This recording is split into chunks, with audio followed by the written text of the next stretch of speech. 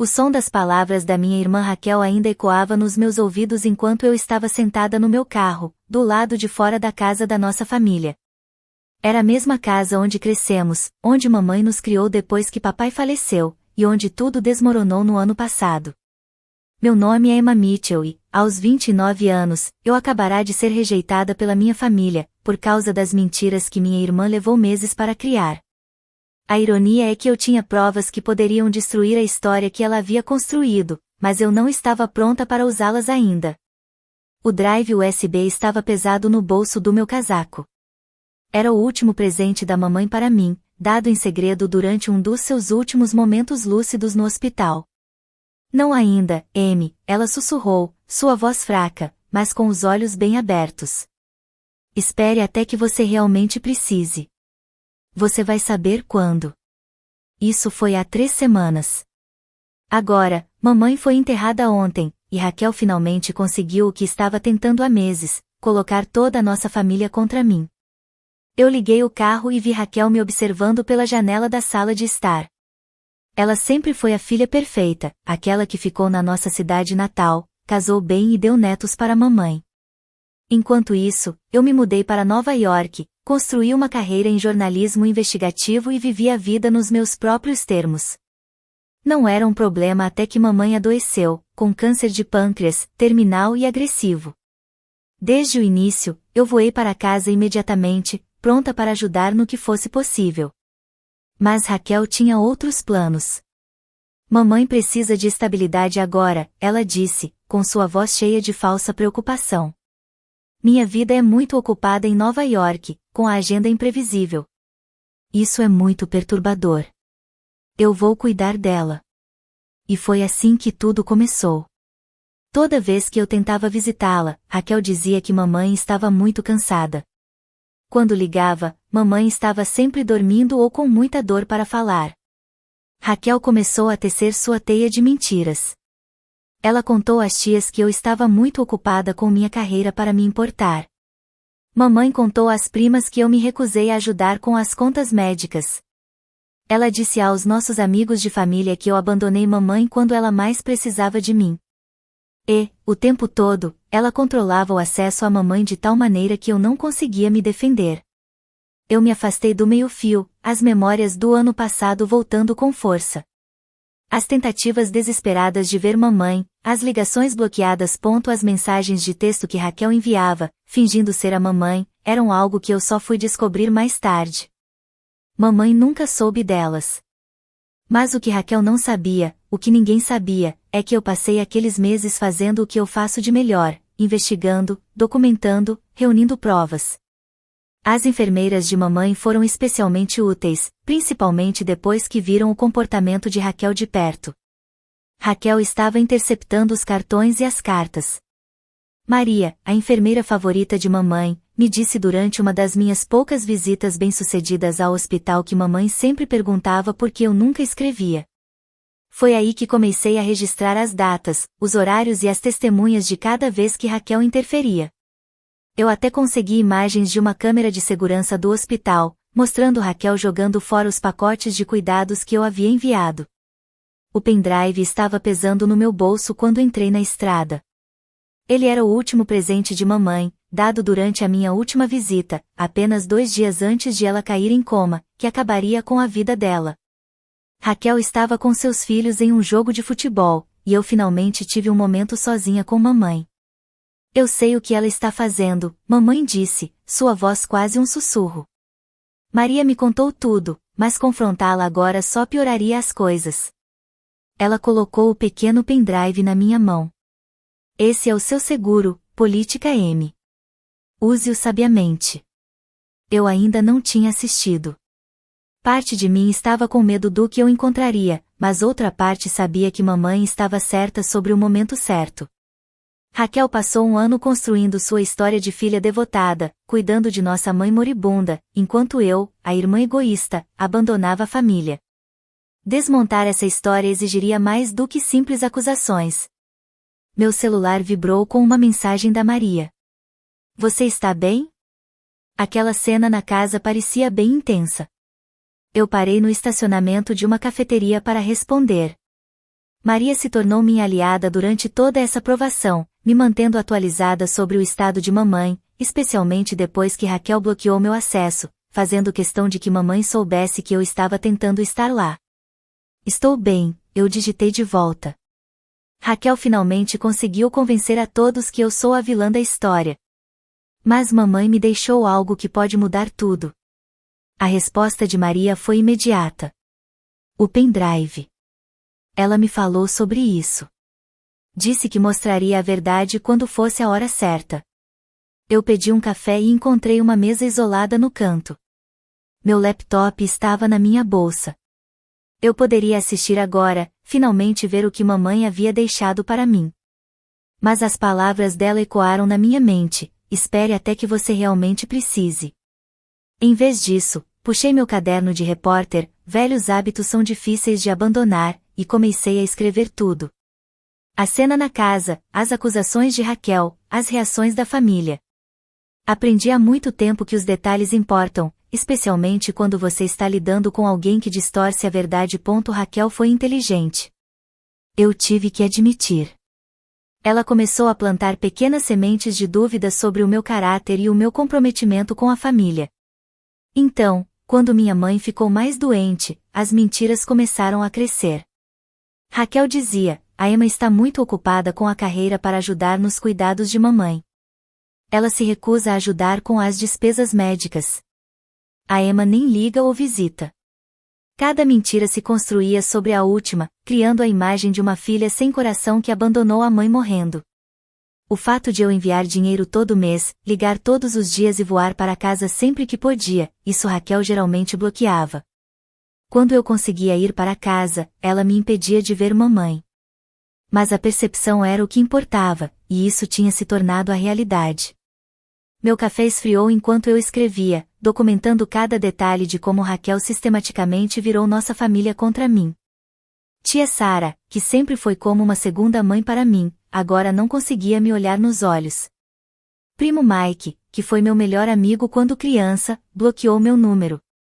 Até os vizinhos Peterson, que sempre foram tão próximos, se afastaram quando me viram no funeral. A traição final aconteceu hoje, quando Raquel se reuniu com a família e leu uma carta que ela disse que mamãe havia escrito antes de morrer. A carta me pintava como uma filha egoísta e sem coração, que se importava mais com a carreira do que com a mãe morrendo. Eu soube imediatamente que a carta era falsa. A frase não era da mamãe, os sentimentos não batiam com nossa última conversa, e até mesmo a assinatura estava errada. Mas Raquel cronometrou tudo perfeitamente, apresentando a carta quando as emoções estavam à flor da pele, no funeral, quando todos estavam procurando alguém para culpar pela dor deles. Meu telefone tocou novamente, era outra mensagem de Maria. Só para você saber, a carta que a Raquel leu hoje, sua mãe nunca escreveu nada parecido. Eu estava com ela nas últimas semanas. A única coisa que ela escreveu foi um bilhete dizendo que estava orgulhosa de você. Eu sorri tristemente.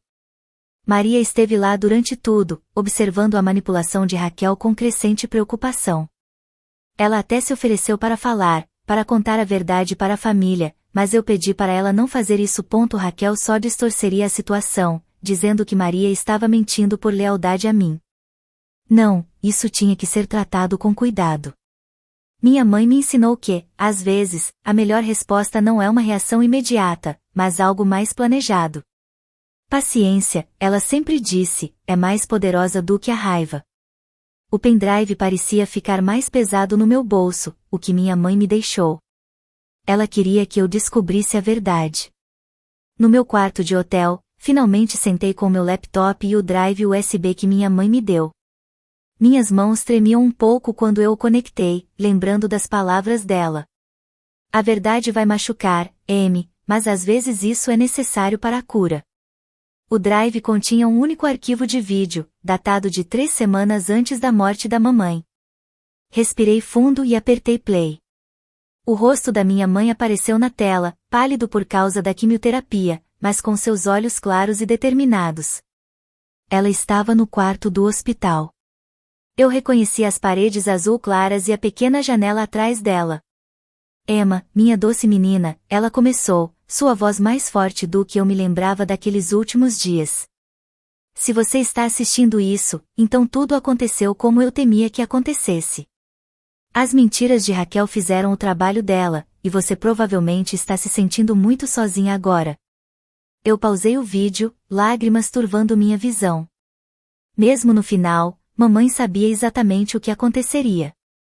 Limpei os olhos e apertei play novamente. Eu preciso que você entenda algo, mamãe continuou. Eu sei tudo o que a Raquel tem feito. As chamadas bloqueadas, as cartas escondidas, as mentiras que ela tem contado à família. A Maria tem me mantido informada, e eu tenho assistido, reunindo minhas próprias evidências. A tela mudou, mostrando imagens de segurança do hospital.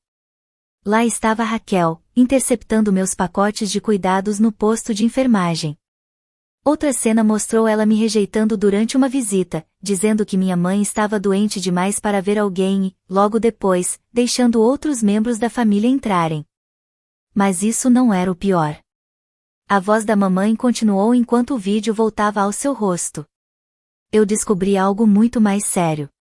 Raquel tem roubado de mim, Emma. Ela tem falsificado minha assinatura em cheques e acessado minha conta sem permissão. Meus instintos de jornalista entraram em ação imediatamente. Peguei meu caderno e comecei a tomar notas enquanto mamãe detalhava as datas de abuso financeiro, os valores e os números das contas.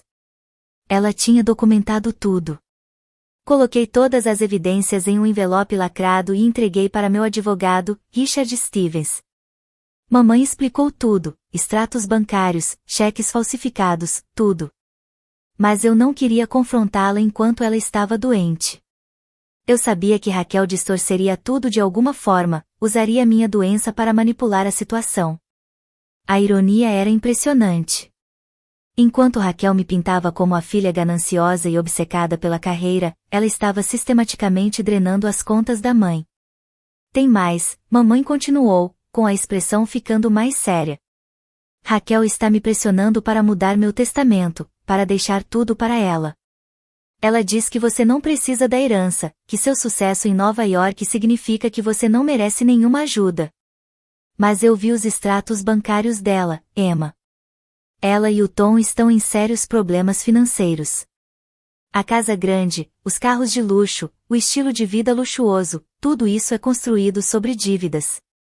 Pausei o vídeo novamente, lembrando de todas as vezes que Raquel se gabava de sua vida perfeita, a casa de 5 quartos no melhor bairro, as escolas particulares caras para os filhos, as férias chiques.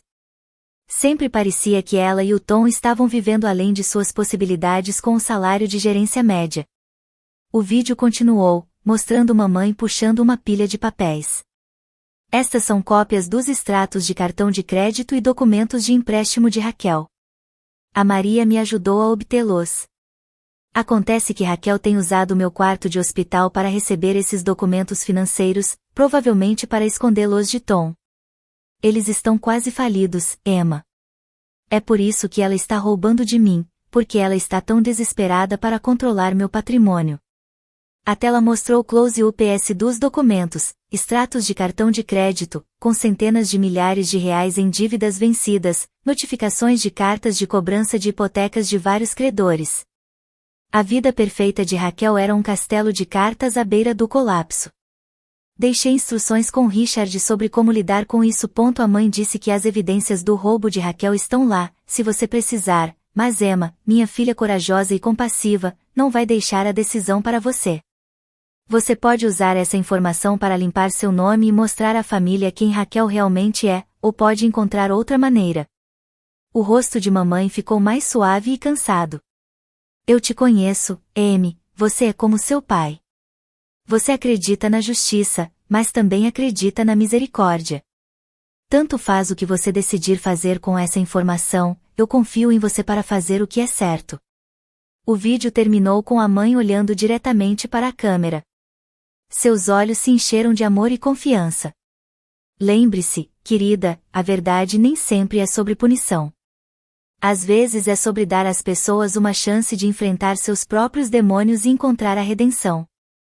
Fiquei sentada em silêncio por um bom tempo depois que o vídeo terminou, processando tudo o que eu tinha aprendido. A unidade USB continha mais arquivos, PDFs dos documentos financeiros que a mãe mencionou, fotos dos cheques falsificados e até gravações de áudio de Raquel pressionando a mãe sobre o testamento. Meu telefone vibrou com uma mensagem de Maria. Você assistiu? Sim, eu respondi. É pior do que pensávamos. O que você vai fazer? Essa era a questão, não era? Eu poderia levar essa evidência para a família agora mesmo, expor as mentiras e o roubo de Raquel. Isso a destruiria, mas também prejudicaria seus filhos, a reputação de Tom. Despedaçaria ainda mais nossa família. Ou eu poderia fazer o que mamãe sugeriu, encontrar outra maneira. Abri meu laptop novamente e comecei a pesquisar se Raquel e Tom realmente estavam tão endividados. Tinha que haver registros públicos. E encontrei. Julgamentos civis, penhoras fiscais, até mesmo um aviso de execução hipotecária da casa deles. A vida perfeita que Raquel construiu estava prestes a implodir, com ou sem minha intervenção. A questão era, eu queria ser a pessoa que seguraria o fósforo. Na manhã seguinte, dirigi até o escritório de advocacia de Richard Stevens, o advogado da minha mãe. Ele estava me esperando, aparentemente já com instruções detalhadas sobre o que fazer depois que ela passasse. Emma, ele me cumprimentou calorosamente, me levando para o seu escritório. Eu estava esperando você vir. Eu presumo que você tenha assistido ao vídeo. Eu assenti, sentando-me em frente à sua mesa. Eu preciso do seu conselho, Richard. Não apenas como advogado da minha mãe, mas como alguém que conhece nossa família há anos. Ele se recostou na cadeira, me estudando cuidadosamente. Você está se perguntando se deve expor tudo, certo? Sim, eu admiti. Parte de mim quer convocar uma reunião de família agora mesmo, mostrar o vídeo, provar que Raquel está mentindo. Mas sua mãe te criou melhor do que isso, ele terminou com um sorriso gentil. Ela sabia que você tinha lutado com essa decisão, e é por isso que ela te deixou isso. Ele me entregou outro envelope, este com a caligrafia familiar da mamãe. Dentro, havia uma carta datada de poucos dias antes dela entrar em coma. Minha querida Emma, agora você sabe a verdade sobre as ações de Raquel. Você provavelmente está com raiva, magoada e buscando justiça, esses sentimentos são válidos. Você pode sentir coisas que nenhuma irmã deveria passar, mas eu quero que você se lembre de algo sobre Raquel. Quando seu pai morreu, ela tinha 12 anos, o suficiente para entender o que perdemos, mas muito jovem para processar isso de forma saudável. Enquanto você encontrou força na independência, ela desenvolveu uma necessidade desesperada de controle e segurança. Não estou desculpando o que ela fez, o roubo, a manipulação, esses são erros sérios que precisam ser resolvidos, mas talvez haja uma maneira de fazer isso sem destruí-la completamente. Você é uma jornalista investigativa, Amy, você sabe que às vezes as histórias mais poderosas não são sobre expor os erros, mas entender por que as pessoas erram, ajudando-as a encontrar um caminho melhor. Seja qual for sua decisão, saiba que confio no seu julgamento e estou orgulhosa da mulher que você se tornou. Amo você. Mamãe. Dobrei a carta cuidadosamente, sentindo que as lágrimas iam rolar novamente. Mesmo no final, mamãe estava pensando nas duas filhas, tentando nos ajudar a encontrar o caminho de volta uma para a outra. Há outra coisa que você deveria saber, Richard disse, puxando outro arquivo. Sua mãe fez alguns arranjos antes de morrer. Ela sabia sobre os problemas financeiros de Raquel, então ela criou um fundo fiduciário para a educação dos netos. Raquel não pode tocar no dinheiro, ele vai direto para as escolas. Ela estava protegendo as crianças. Eu percebi. Sim, Richard assentiu, e ela deixou a casa da família para você, Emma. Não para punir Raquel, mas porque sabia que você faria a coisa certa com isso. Pensei na nossa casa de infância, cheia de memórias de tempos mais felizes. Os filhos de Raquel praticamente cresceram lá também, passando tardes com a mamãe enquanto Raquel e Tom trabalhavam. De repente, eu sabia o que tinha que fazer. Uma hora depois, mandei uma mensagem para Raquel, precisamos conversar. Vamos para a casa da mamãe às 14 horas. Venha sozinha. A resposta dela foi rápida e raivosa: não tenho nada a dizer a você, então apenas ouça, a menos que você queira que a família veja o vídeo da mãe. Exatamente às 14 horas, o carro de Raquel entrou na garagem. Ela parecia péssima, olhos vermelhos de tanto chorar, cabelo despenteado, nada parecido com sua aparência normalmente perfeita. Que vídeo? Ela exigiu assim que entrou. O que você está tentando fazer, sem palavras? Abri meu laptop e reproduzi a gravação da minha mãe. Raquel afundou no sofá enquanto assistia. Seu rosto perdeu a cor conforme a mãe detalhava seu roubo e as mentiras. Quando terminou, ficamos em silêncio por um longo momento. Você vai mostrar isso para todo mundo? Ela finalmente perguntou, com a voz baixa e quebrada. Isso depende de você, eu respondi. Mãe me deixou a casa e eu sei sobre o aviso de execução hipotecária da sua casa. Ela estremeceu. Como você? Eu sou jornalista. Encontrar informações é o que eu faço. Respirei fundo. Aqui está o que vai acontecer.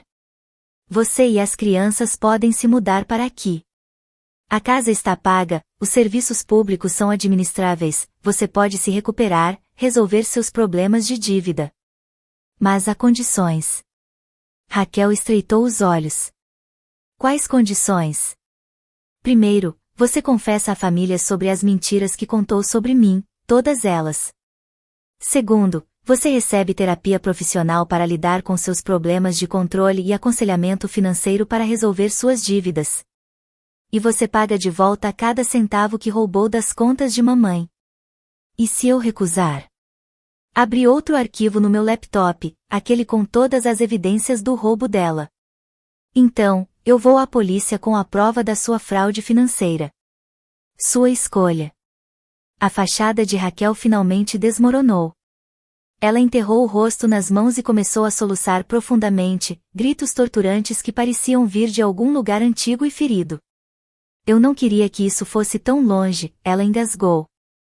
A dívida continuava crescendo e eu não conseguia contar a Tom, e então mamãe ficou doente. Eu sei, eu disse baixinho. Mamãe sabia também. É por isso que ela nos deixou longe para consertar isso. Nas horas seguintes, realmente conversamos pela primeira vez em anos. Raquel confessou tudo, a espiral de dívidas que a levou a roubar, o medo e o ciúme que alimentaram suas mentiras sobre mim, a pressão esmagadora de manter sua fachada perfeita. 2 dias depois, convocamos uma reunião de família. Raquel se levantou, tremendo, mas determinada, e disse a verdade. Houve lágrimas, recriminações, perguntas raivosas, mas também houve finalmente honestidade. 6 meses depois, Raquel e as crianças estavam instaladas na casa da mãe. Ela estava em terapia, trabalhando sua dor e seus problemas de controle. Tom pediu o divórcio quando descobriu a dívida oculta, mas as crianças estavam melhor, com uma mãe honesta e mais estável. A família estava se curando lentamente.